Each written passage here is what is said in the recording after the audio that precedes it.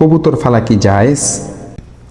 যথাযথভাবে খাদ্য প্রদান ও যত্ন নিতে পারলে কবুতর ফালানোর শরীয়তে কোনো বাধা নেই। ইমাম নববী রহমতুল্লাহি আলাইহি বলেন, কবুতরকে ডিম এবং বাচ্চা ফুটানোর কাজে অথবা শখের জন্য বা ছিটিপত্র বহন করার জন্য পালন করা জায়েজ। দেখতে পারেন মিরকাত ৮ নং খণ্ড ৩২৬ নং পৃষ্ঠা।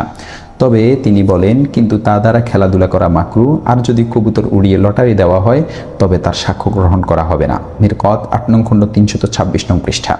কেননা আবু হুরায়রা রাদিয়াল্লাহু তাআলা আনহু হতে বর্ণিত একটি সহিহ হাদিসের মধ্যে পাওয়া যায় যে রাসূলুল্লাহ সাল্লাল্লাহু আলাইহি ওয়াসাল্লাম জনৈক ব্যক্তিকে দেখলেন সে কবুতরের পিছনে দৌড়াচ্ছে, অর্থাৎ খেলা করছে।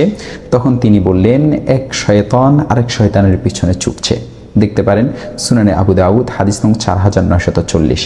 উক্ত হাদিসের ব্যাখ্যায় মুহাদ্দিসিনগণ বলেন, তাকে শয়তান বলার কারণ হলো সে সত্য পথ থেকে দূরে রয়েছে এবং এমন কাজে ব্যস্ত রয়েছে যাতে কোনো কল্যাণ নেই, আর তা আল্লাহ স্মরণ থেকে তাকে গাফেল করে রেখেছে, এবং এমন কাজে ব্যস্ত রয়েছে যা তাকে দিন ও দুনিয়া অন্বেষণ থেকে অন্যদিকে ফিরিয়ে দিচ্ছে। দেখতে পারেন আউনুল মাহবুব সংশ্লিষ্ট হাদিস।